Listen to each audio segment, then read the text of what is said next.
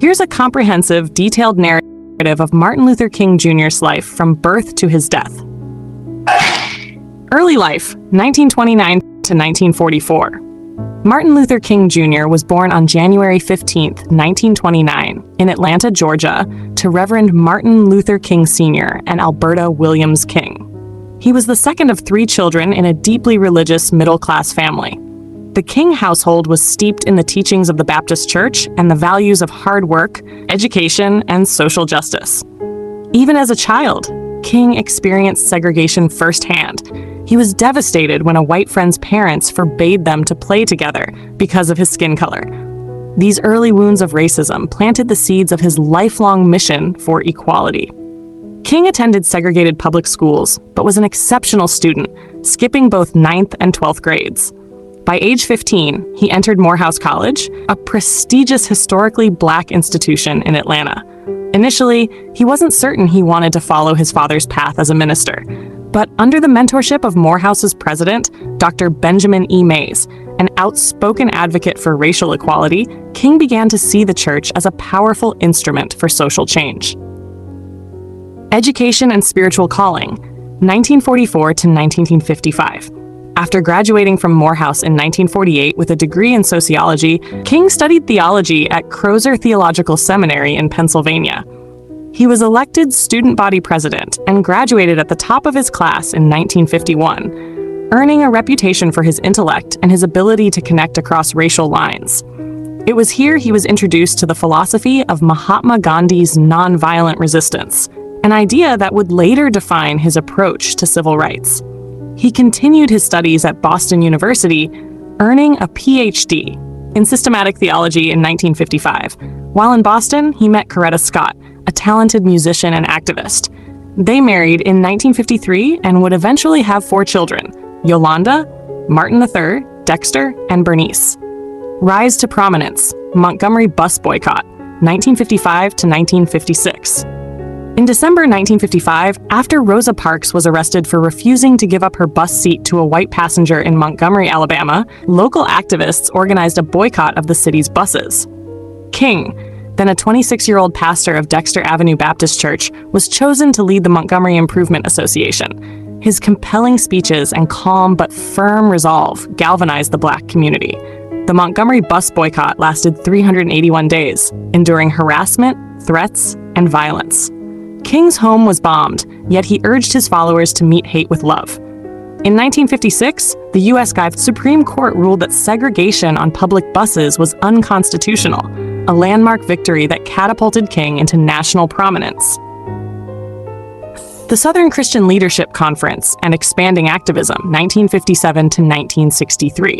In 1957, King co-founded the Southern Christian Leadership Conference, SCLC, dedicated to nonviolent protest for civil rights.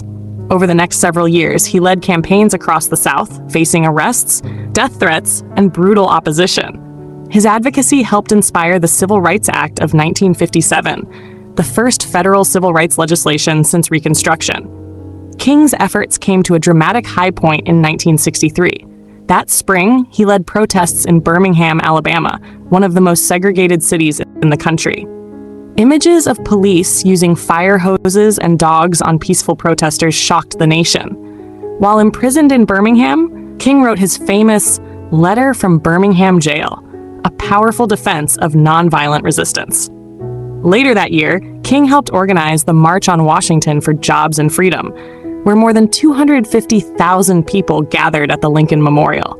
There, on August 28, 1963, he delivered his historic I Have a Dream speech, envisioning a future where people would be judged by the content of their character, not the color of their skin. Recognition and challenges, 1964 to 1967. King's leadership brought major victories, including the Civil Rights Act of 1964, which outlawed segregation, and the Voting Rights Act of 1965, which ended discriminatory voting practices. In 1964, he became the youngest person ever to win the Nobel Peace Prize at age 35. However, King also faced growing criticism. Some younger activists felt his nonviolent approach was too slow. Meanwhile, his opposition to the Vietnam War and his push for economic justice alienated many political allies. In 1966 to 1967, King expanded his activism to include campaigns against poverty and economic inequality, launching the Poor People's Campaign to address systemic injustice beyond race. Final days and assassination, 1968.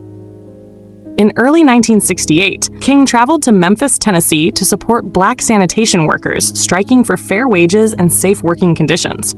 On April 3, 1968, at Mason Temple, he delivered his prophetic, "I've been to the mountaintop" speech, saying he had seen the promised land and was not afraid of what lay ahead. The next evening, April 4th, 1968, while standing on the balcony of the Lorraine Motel, King was assassinated by James Earl Ray. His death shocked the world and sparked riots and mourning across the United States. Legacy Martin Luther King Jr.'s life, though tragically cut short at 39, reshaped America. His commitment to justice, equality, and nonviolence not only advanced civil rights for African Americans, but also inspired movements for social justice worldwide. Today, his birthday is honored as a U.S. federal holiday, and his dream continues to influence generations seeking a more just and compassionate world. Would you like me to adapt this into a more narrative, story-like format, perhaps with vivid dialogue or emotional scenes?